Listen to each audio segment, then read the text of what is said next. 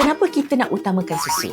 Sebab anak-anak paling banyak suka minum susu waktu awal-awal perkembangan. So, susu yang difortifikasikan ini untuk kanak-kanak yang direka khas untuk pertambahan nutrien-nutrien tertentu ni barulah dapat menyokong jurang pemakanan harian mereka. Contohlah, kalau bagi kita dewasa tak cukup zat besi, kita boleh minta mereka makan kerang, kita boleh makan red meat. Tapi nak suruh ke anak-anak usia awal ni nak makan kerang? Belum lagi tengok dah tolak tepi. So itu sebab kita nak minta susu-susu yang difortifikasi ni kan sebagai salah satu pilihan utama untuk mak-mak nak memenuhi jurang pemakanan tersebut. In other words, bukan ganti ya.